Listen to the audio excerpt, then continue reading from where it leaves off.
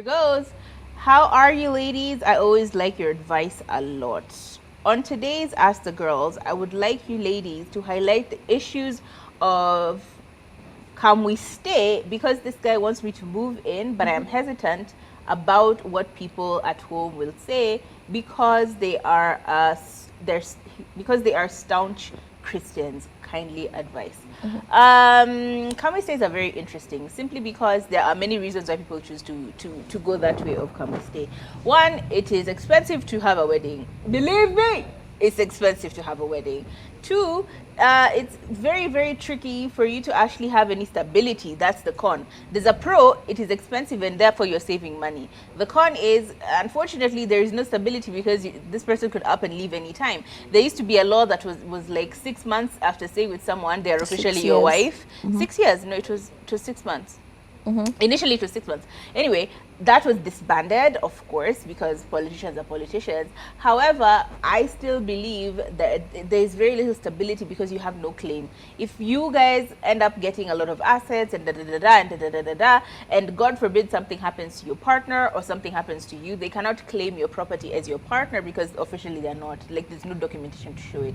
So that's a con. A pro is, honestly, it's just simple. It's a simple way of living. You don't need to, you can leave anytime you want to leave. There's no actual tie to this person. So if things get thick and you want to dip, you can just dip without all the legal processions. But let's not forget, a con is this person could do you dirty because legally, again, they're not tied to you. So honestly, I think on this particular one, your morals as a Christian or coming from a Christian background are very vital. So what is the solution? You can have a come we stay, but you don't have to have a big wedding. That's what I'm trying to say. What you can do is just go to the Attorney General, like many people before you and after you have gone to the AG, gone with a few witnesses, signed the papers, and they're done. They're married legally. There's no issue. I think that would be the best way to do it. So yeah, it's not a big wedding, but it's really necessarily not also like an illegal thing in the eyes of God and man. That's what my perception is.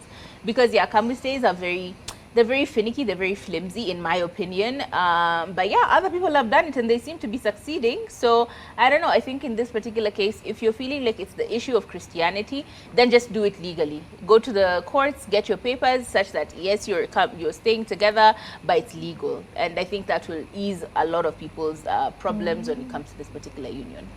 I feel first of all, you assess why you're actually doing it. Yeah. Are you actually doing it because of costs on his side?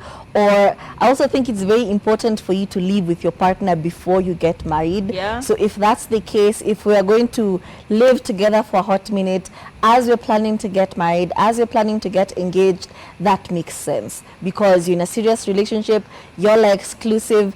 If those are the steps leading to marriage, yeah, I see why that kind of makes sense. Yeah. But if you're just shacking up with somebody with no clear goal, it's just for vibes, then babes, don't do it. Because what's the reason? If this is not somebody you can take home and introduce as your partner, that makes no sense. Because why are you doing it? If it's because of money, hey babes, you need to work harder or just move back home and save your little coins. So I feel the intention. What's the intention behind you moving in with somebody and living together? Yeah.